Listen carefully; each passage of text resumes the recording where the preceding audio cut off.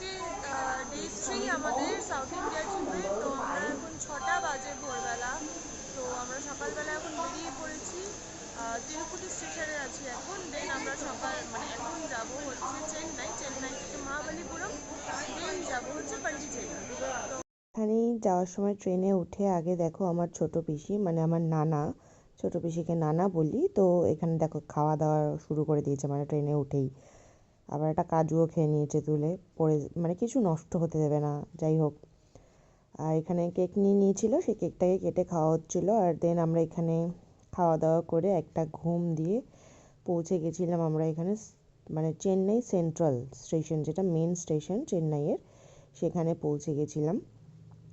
দেন এখান থেকে আমাদের যাওয়ার কথা ছিল। আমরা এখন চলে এসেছি লাঞ্চ করতে। মহাবালিপুরমের প্ল্যানটা আমাদের ক্যান্সেল হয়ে গেছে। সো আমরা এখন সেই রাস্তায় যাওয়ার আগেই পন্ডিচেরি যাব। তো তার আগে আমরা চলে এসেছি দিল্লি ধাবাতে লাঞ্চ করতে। তো হোটেলটা একবার দেখিয়ে দাও।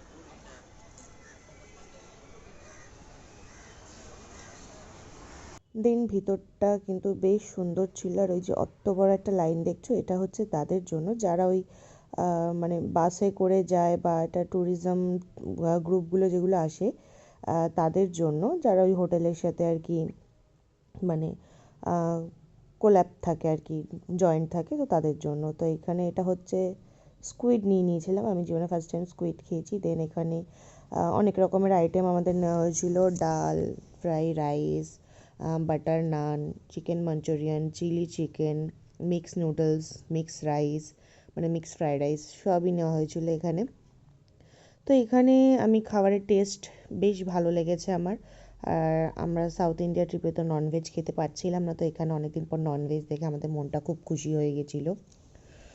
তো এই জন্য এখানে আমরা এই খাবারগুলো খেয়ে নিয়েছিলাম। ননভেজ, সব ননভেজ আইটেম ছিল, কোনো কিন্তু ভেজ আইটেম ছিল না, ডালটা ছাড়া বাকি সবই কিন্তু ননভেজ ছিল। তো এখানে বেশ সুন্দরই লেগেছে। দেন আমরা এখানে চলে গেছিলাম, খাওয়া দাওয়া করে পৌঁছে গেছিলাম পন্ডিচেরি ফাইনালি। আর এটা হচ্ছে আমাদের হোটেল, যেটা হচ্ছে নাম লুইগি ভিলা। এখানে হচ্ছে সব অথেন্টিক জিনিসপত্র আর কি, মানে যেহেতু এখানে আগে নাকি, আমি যতটুকু শুনেছি, এখানে আগে নাকি ফ্রেঞ্চরা থাকতো, তো এদের যেই হোটেলগুলো, এগুলো নাকি ফ্রেঞ্চদেরই বাড়ি ছিল, তো এখন সেগুলো ঠিকঠাক করে এখন এরা হোটেলের মতো করেই ভাড়া দেয়। তো এখানে দেখো সব জিনিসপত্রগুলো কিন্তু বেশ পুরনো পুরনো জিনিসপত্র।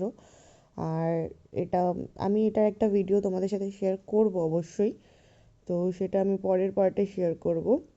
আর এখানে আমার বৌদি ওখানে মানে রুমের জন্য আর কি সব কথাবার্তা বলছিল, রুম বুকিং যেগুলো ছিল। দেন আমরা বিকেলবেলা ফ্রেশ ট্রেশ হয়ে চলে গেছিলাম পন্ডিচেরি বিচে। আর এখানে দেখো সবাই দাঁড়িয়ে রয়েছে, আমরা এখানে একটু ভিডিও করে নিচ্ছিলাম, ফটো করছিলাম, সেটা পরে করেছি, তো যাই হোক। আর জায়গাটা কিন্তু বেশ সুন্দর। পন্ডিচেরিতে দেখার মতো খুব বেশি কিছু নেই, তবে আছে দু তিন জায়গা দেখার আছে। সেটা আমি তোমাদের সাথে পরের দিনের যে ব্লগটা হবে, মানে ডে 4, সেটাতে আমি শেয়ার করব।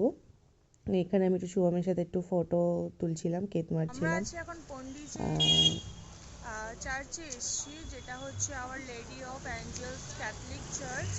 তো এই যে এখন সবাই আমরা এখানে ঢুকছি চার্চটায়। তো চলো তোমাদেরকে একটু দেখিয়ে দিই।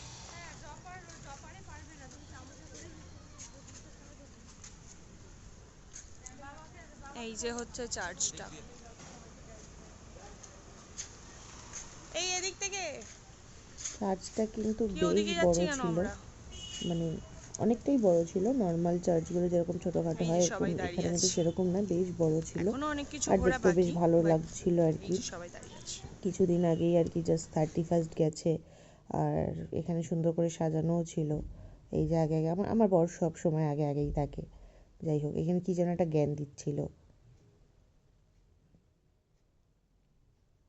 তো যাই হোক, এই লোকটা আগে আগে দেখো ঢুকে যাচ্ছে, যেন ও সব চেনে, এখানে ওই আমাদেরকে ঘোরাতে নিয়ে এসছে, এরকম একটা হাব ভাব।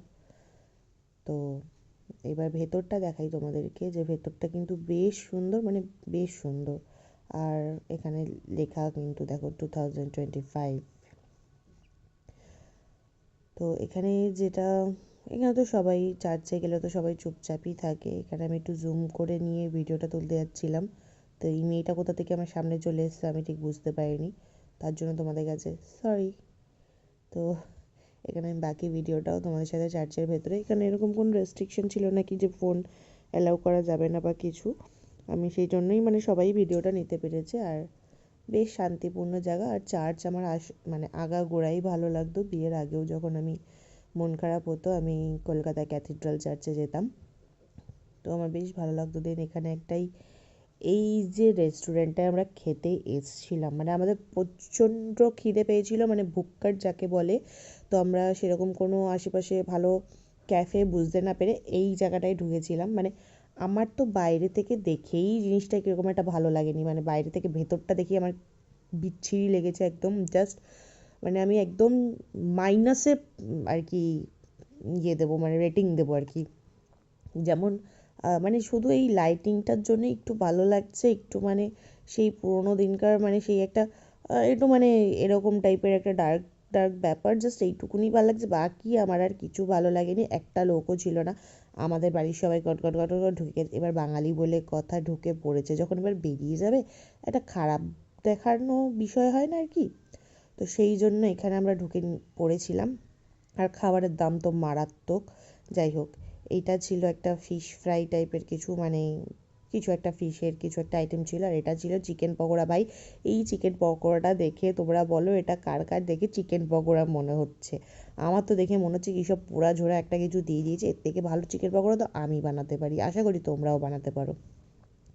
তো খুব ভালো লাগার মধ্যে শুধু ওই ফিশের ওটাই একটু ভালো লেগেছিলো, বাট অনেক দাম ছিল খাবারে। দেন আমরা যাওয়ার পথে এখানে একটা কুলফি হাউস দেখেছিলাম, মানে আইসক্রিমের দোকান ছিল। বেশ ভ্যারাইটিস রকমের আইসক্রিম ছিল। আর যেগুলো আমরা খেয়েছি বেশ ভালো টেস্টও ছিল আর কি। আইসক্রিমগুলো আমার তো বেশ ভালো লেগেছে। আর খুব রিজনেবল প্রাইসও ছিল, যে খুব বেশি দাম ছিল সেরকমটাও নয়। দেন এখানে আমার ছোটো পিসি ঢুকে আইসক্রিমের দাম ফাম দেখে আসলো, মানে এসে বললো কে কী খাবে।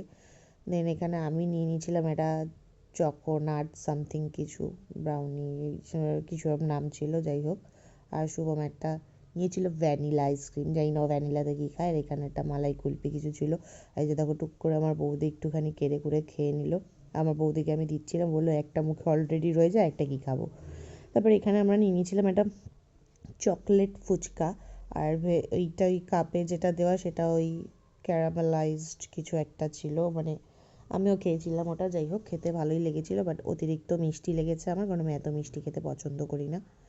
দেন এখানে আমরা রাতের ডিনারটা সারলাম এখানে মুম্বাইওয়ালাতে।